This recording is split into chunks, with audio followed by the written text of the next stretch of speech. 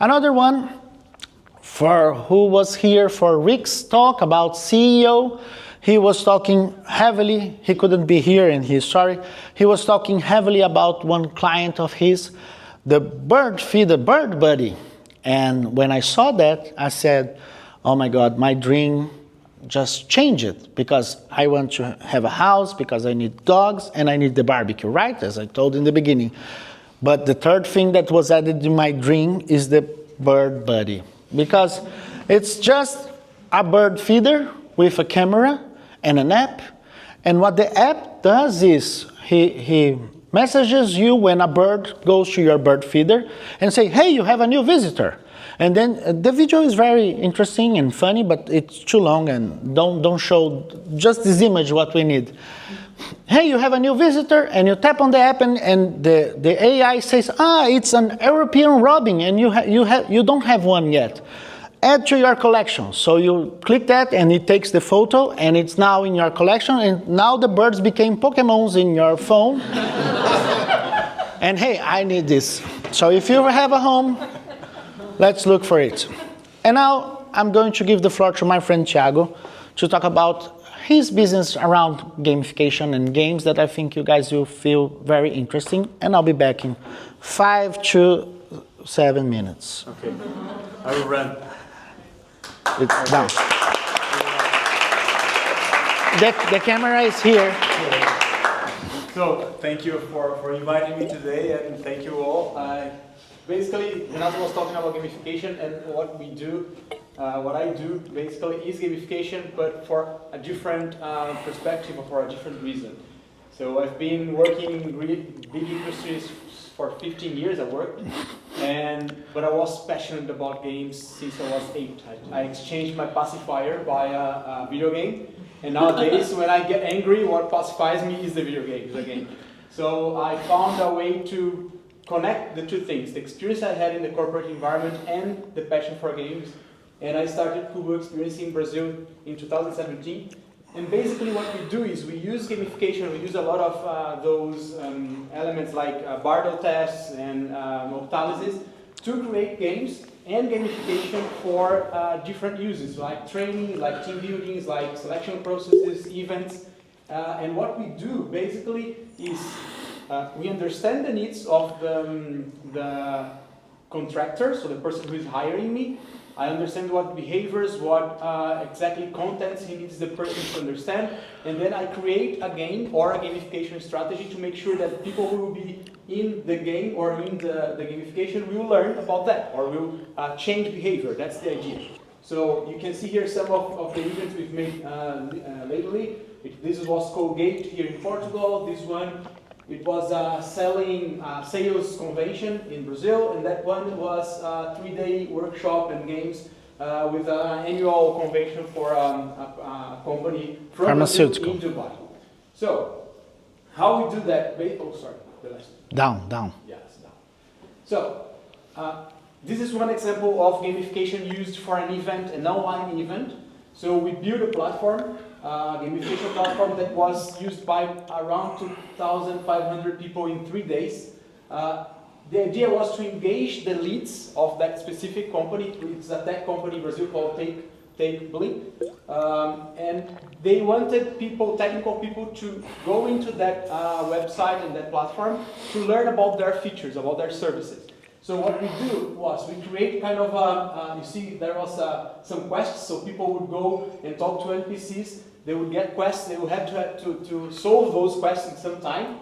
And while they were doing that, they could go to several different areas of the company and they could play little games. Like we talked about Angry Birds. There was an Angry Bird alike game. It's not here, but each of these games there was a story. And the story was about a feature that the company could help the technical guys to solve. And then they would play the game, they would get points, they would be in the leaderboard, and while they were doing that, they were learning about the features of the company. So it was kind of a lot of time they played. The average time per player was more than 3 hours, and over 6,000 views on the videos that they had there. It was much more than the year before that they didn't use gamification.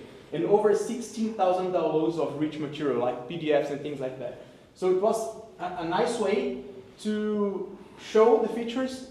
And in this game, for instance, they would find some important information about who was the user. And then there, it was like a cafe who was trying to find out who the best user was on that region. And then you would find the small elements, and that's done by an AI for them. So they wanted to say, okay, that's what our AI do. They analyze the people who are there and understand their needs. So that was the idea of that specific game. And there was even a multiplayer game where you would battle in a dance contest. So it was really nice, and several of those motivation drivers that Renato said was here. So there was scarcity, there was epic meaning, there was creativity with the avatar, for instance. There was the challenge, the flow that he says. It's all here. That's one case. The other one was a virtual escape game that we did for marketing a stand in an event, a training event in Brazil. And basically, people would go to the place, the stand, to learn about the services, and they would go there to learn, but they would also play the game, which was a virtual escape room. Do you know Keep Talking and Nobody Explodes? And does anyone know that game? Yeah? No? Okay. Basically, it's a game where you have a virtual place, you are there, you have a bomb, and you have to disarm the bomb, and to do so you need instructions from someone who is outside of the virtual world. So you need to talk to this person, because you need to say, okay, this bomb has, I don't know, a dial, and then 2 wires, and then a desk light. And then the person who is out needs to find that information and say, okay, so cut the red wire. So what we did here was almost the same, but with escape rooms. So they had to put those cards on the right order, and to do so they needed information from whoever was in the stand looking at whatever was happening there. So it was a lot of fun, but a lot of engagement with the services and the content. And then this one is the auto show in Brazil. It's the biggest one in Latin America, and we created an escape room, and that was a physical escape room. That was a kind of a car there, and people would have to find the key.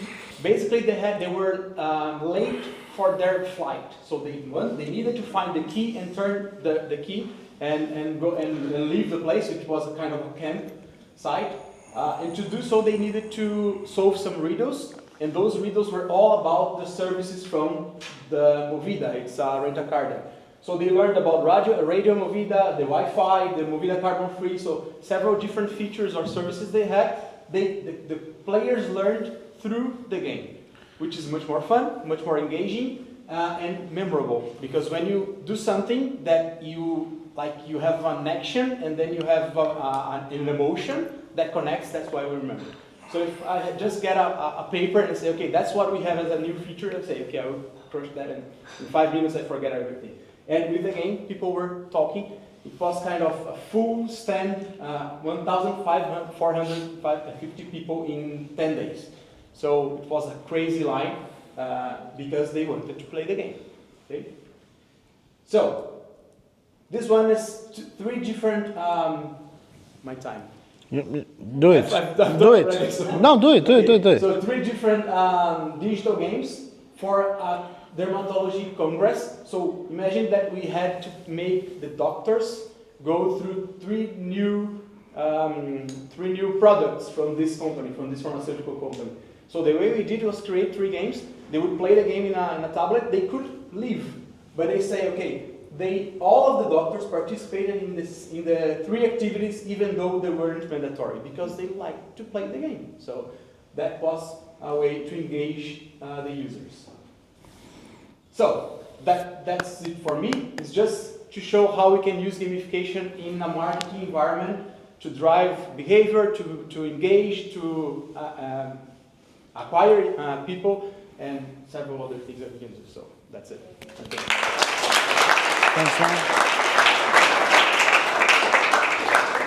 So, final slides. I also brought our friend Felipe. He couldn't be with us today, but most of you that are regulars here know Felipe. So Felipe is just launching this Arenas Quest. It's a game that he developed to help in creative process to unleash creativity, rapid thinking, and giving random challenges and bringing the repeatability that we were talking about. So it's very interesting. Me and Thiago played. He's fine-tuning it To be honest, I can't say that, but he's launching this tomorrow, but as a soft launch, and he will launch later this year, and you all probably will be able to get access to it. It's very fun, and Felipe is doing a very good job on that.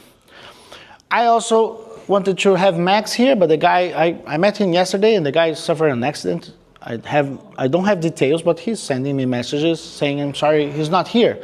So the guy just created this game, ZAG, and it's a game for you to have ice breaking or to network.